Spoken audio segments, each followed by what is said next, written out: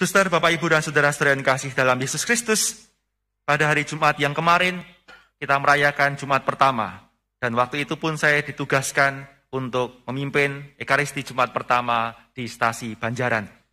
Dan setelah selesai misa, seorang ibu datang kepada saya dan menceritakan, Romo, kemarin tuh saya membuat masakan bakso daging. Enak banget Romo. Kira-kira Romo mau enggak kalau besok hari Sabtu saya bawakan bakso itu? Kemudian saya langsung menjawab, wah jelas mau Bu. Kemudian ibu itu menjawab, Romo pantang daging apa enggak? Oh iya Bu, saya pantang daging. Nah gimana, jadi enggak Romo? Maaf ya Bu ya, enggak jadi. Saya baru kelingan, baru ingat kalau saya pantang daging. Saudara-saudara yang kasih dalam Yesus Kristus, ketika saya merenungkan pengalaman bersama dengan ibu itu, saya pun menyadari bahwa sejak awal sebelum masa Prapaskah, saya bersama dengan Romo Toro sudah membuat keputusan, komitmen untuk tidak makan daging selama Prapaskah ini.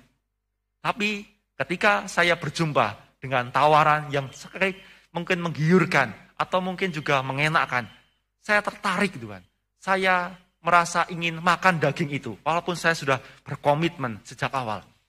Saudara-saudara yang kasih dalam Yesus Kristus, setiap dari kita pun pasti memiliki pengalaman-pengalaman demikian. Terkhusus ketika kita sudah berkomitmen untuk mengikuti Yesus Kristus. Saudara setiap tahunnya memperbarui komitmen untuk mengikuti Yesus Kristus dalam janji baptis pada masa Prapaskah, pada hari raya Paskah. Saudara mengungkapkan janji baptis itu. Dan di sana saudara mengatakan bahwa dia setia untuk menolak segala bujuk rayu setan. Tetapi saudara, ketika saudara menghidupi jalan kekudusan itu, mengikuti Yesus Kristus, bukan berarti bahwa saudara akan langsung terlepas dari berbagai macam godaan dan jerat rayu setan.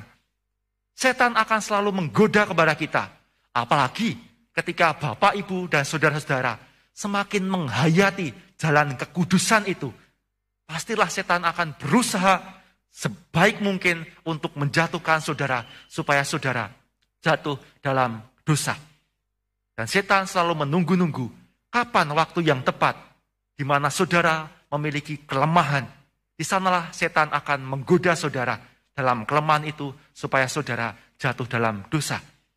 Dan inilah saudara, ketika kita mendengarkan bacaan Injil pada pagi hari ini, kita mendengarkan bersama bagaimana Yesus Kristus saat berjumpa dengan setan, digoda oleh setan supaya ia jatuh dalam dosa.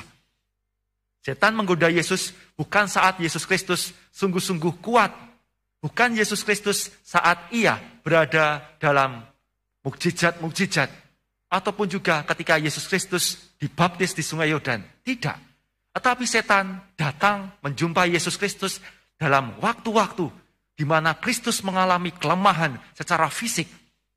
Ketika menjalankan puasa selama 40 hari, Yesus Kristus mengalami rasa lapar, dan di sanalah waktu yang tepat setan menggoda dan membujuk Yesus Kristus.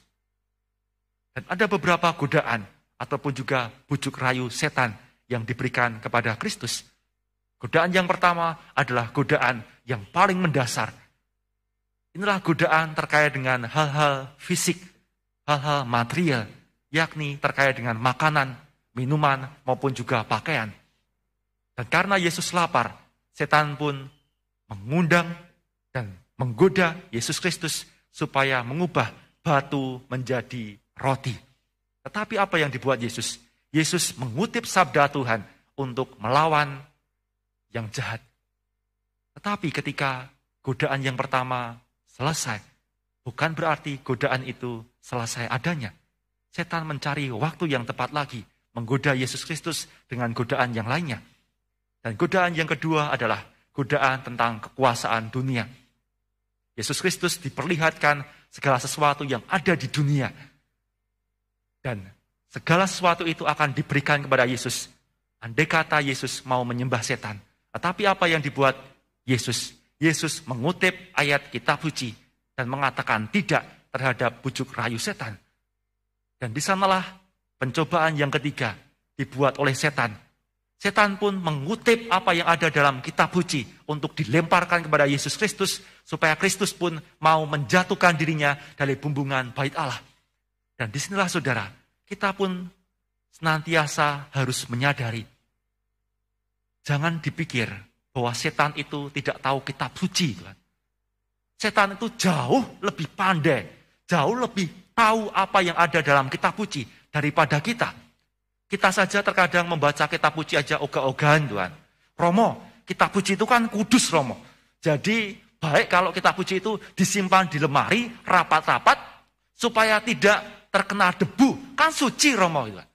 Saudara-saudara, kadang kita itu tidak sungguh-sungguh memahami arti sabda yang suci. Seringkali kita berpikir bahwa yang suci itu bukunya, bukan. Yang suci itu sabdanya. Sabda itulah yang harus kita pahami, harus kita resapkan dalam hidup kita. Setan jauh lebih mengerti sabda Allah itu. Jauh lebih hafal ayat-ayat dalam kitab suci.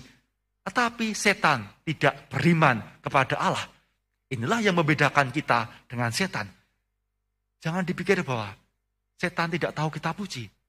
Setan menggunakan kitab suci supaya dengan ayat-ayat kitab suci kita bisa dijatuhkan dalam kedosaan. Kita bisa menjadi semakin sombong dalam rohani, ataupun juga merasa bahwa kita lebih daripada orang lain, merasa bahwa kita lebih suci, lebih kudus daripada yang lain. Saudara-saudara yang terkasih dalam Yesus Kristus, godaan-godaan yang diberikan setan kepada Yesus Kristus mau menunjukkan kepada kita bahwa setan tidak akan pernah henti-hentinya menggoda kita umat beriman. Semakin kita mau menghayati kekudusan, jangan dipikir bahwa setan akan semakin pergi dari kita. Tetapi setan akan semakin mendekat kepada kita, supaya kita jatuh dalam kedosaan. Dan ingatlah bahwa setan selalu mencari titik terlemah dalam hidup kita. Kalau Bapak Ibu lemah dalam hawa nafsu, setan akan menggoda Bapak Ibu dalam seksualitas, dalam nafsu seks. Supaya apa? Supaya Bapak Ibu selalu jatuh pada hal itu. Tetapi ketika Bapak Ibu sungguh-sungguh kuat dalam komitmen hubungan seksualitas bersama dengan pasangan saudara, setan akan mencari celah dengan mencari hal yang lain. Jika Bapak Ibu sungguh-sungguh kuat dalam iman, ketekunan dalam mencari kasana iman ataupun juga ilmu gereja nih, setan akan menggoda Bapak Ibu dengan cara apa?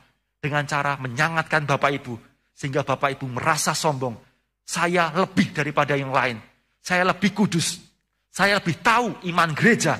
Saya lebih tahu ajaran-ajaran iman yang telah ditunjukkan bapak-bapak gereja kepadaku. Setan menggoda kita supaya kita semakin sombong dalam sisi rohani. Ingatlah saudara, setan akan mencari celah dari kekurangan-kekurangan kita. Namun disinilah saudara, saya pun mengundang Bapak Ibu dan saudara-saudara, marilah kita belajar dari Yesus Kristus. Yesus Kristus ketika berhadapan dengan setan, ia tidak pernah kompromi. Ia selalu tegas mengatakan tidak terhadap segala godaan yang mulai muncul di pikiran Bapak Ibu. Ketika godaan muncul, keinginan-keinginan muncul di pikiran Bapak Ibu, dan Bapak Ibu semuanya membuat pertimbangan kompromi dengan setan. Ingatlah bahwa Bapak Ibu yang lemah ini akan selalu kalah dengan setan ketika membuat pertimbangan-pertimbangan. Tetapi ketika Bapak Ibu tegas mengatakan tidak terhadap segala godaan yang mulai muncul di pikiran Bapak Ibu, percayalah bahwa setan akan langsung pergi dari Bapak Ibu. Tetapi ingatlah, godaan akan selalu datang mencari titik terlemah dalam hidup kita. Kuatkanlah iman saudara. Mohonlah rahmat dari Tuhan, supaya Tuhan pun menambahkan iman pada saudara. Sehingga dari hari ke hari, saudara semakin tekun mencari jalan kekudusan, jalan yang berkenan di hadapan Allah. Kita hening sejenak.